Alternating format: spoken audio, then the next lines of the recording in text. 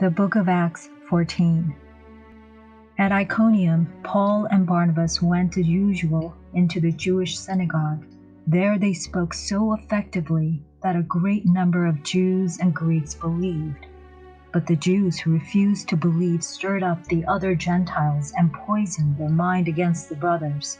So Paul and Barnabas spent considerable time there, speaking boldly for the Lord, who confirmed the message of his grace by enabling them to perform signs and wonders. The people of the city were divided. Some sided with the Jews, others with the apostles. There was a plot afoot among both Gentiles and Jews, together with their leaders, to mistreat them and stone them. But they found out about it and fled to Lycaonian cities of Lystra and Derbe, and to the surrounding country, where they continued to preach the gospel. In Lystra there was a man who was lame. He had been that way from birth and had never walked. He listened to Paul as he was speaking. Paul looked directly at him and saw that he had faith to be healed, and called out, "Stand up on your feet." At that, the man jumped up and began to walk. When the crowd saw what Paul had done, they shouted in Lycaonian language, "The gods have come down to us in human form." Barnabas they called Zeus, and Paul they called Hermes because he was the chief speaker. The priest of Zeus, whose temple was just outside the city, brought bulls and wreaths to the city gates because he and the crowd wanted to offer sacrifices to them.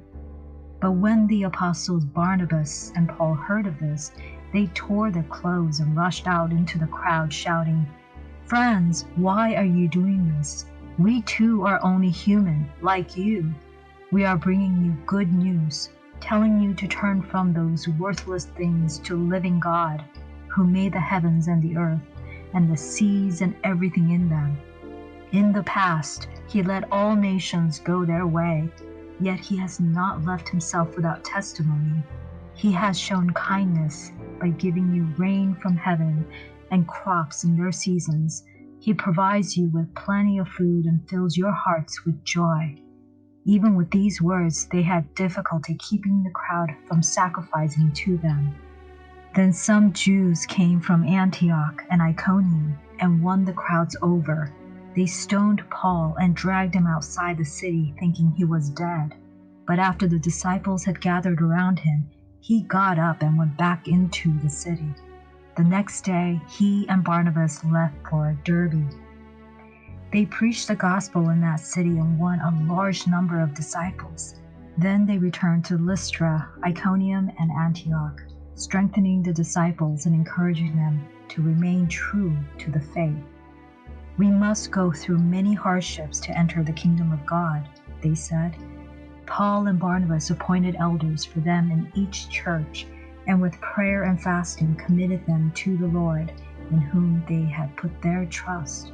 After going through Pisidia, they came into Pamphylia, and when they had preached the word in Perga, they went down to Attalia.